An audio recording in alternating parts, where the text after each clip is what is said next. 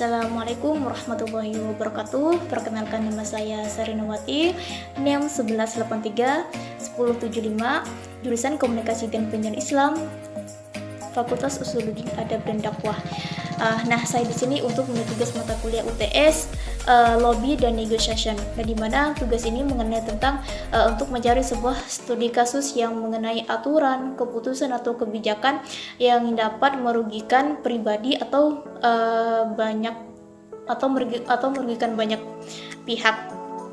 Nah, saya di sini mengambil studi kasus tentang pernikahan di usia dini, studi kasus Dusun Parde Bugis, Desa Kapur, Kecamatan Sungai Raya, Kabupaten Kuburaya, Provinsi Kalimantan Barat.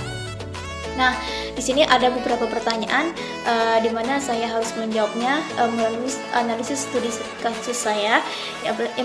Pertanyaan yang pertama yaitu jelaskan alasan keberatan Anda.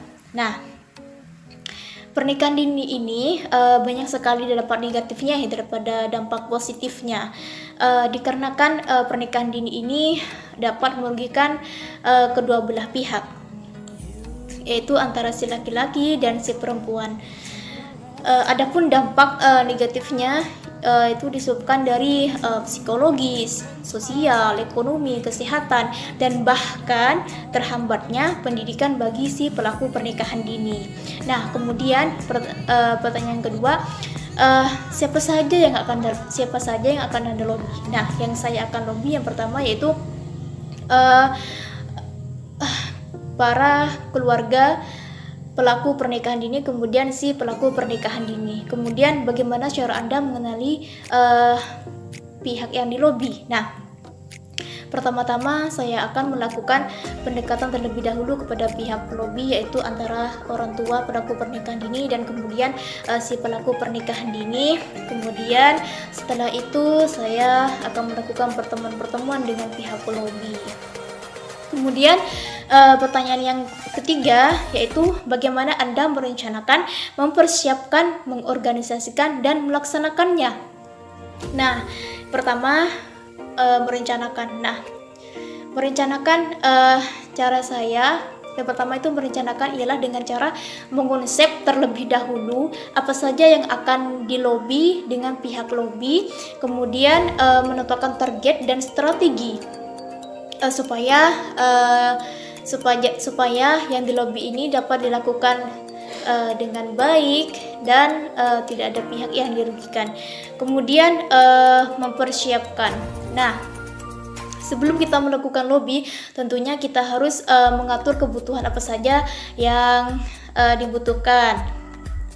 Seperti halnya tempat yang tenang, yang santai dan tidak tergesa-gesa, sehingga kita di saat melakukan lobby akan menimbulkan suasana yang positif dan nyaman, sehingga pihak lobby akan merasa nyaman dan terbuka terhadap kita.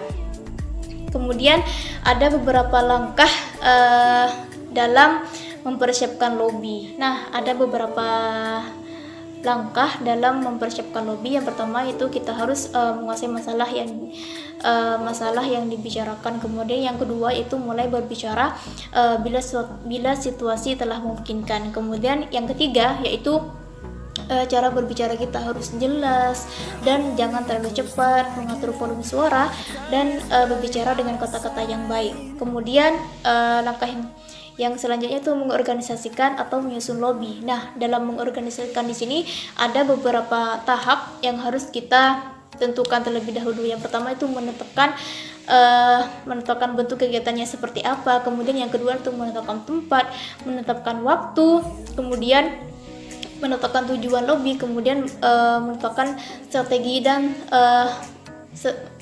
menetapkan strategi lobby yang efektif. Nah, setelah kita melakukan perencanaan, mempersiapkan, kemudian mengorganisasikan, selanjutnya kita tinggal melaksanakannya. Nah, setelah kita melakukan merencanakan, mempersiapkan, mengorganisasikan serta kita akan melaksanakan sesuai dengan konsep yang telah kita buat sebelumnya. Pertanyaan yang ketiga yaitu apakah lobby dilakukan secara langsung atau tidak, dan secara tertutup atau terbuka. Nah, bagi saya lobby seharusnya lobby yang dilakukan itu secara langsung. Karena kenapa? Karena dengan kita melakukan lobby secara langsung, kita akan tahu dan mudah masalahnya seperti apa masalahnya, dan kemudian kita akan lebih mudah untuk melakukan lobby dengan pihak pelobby.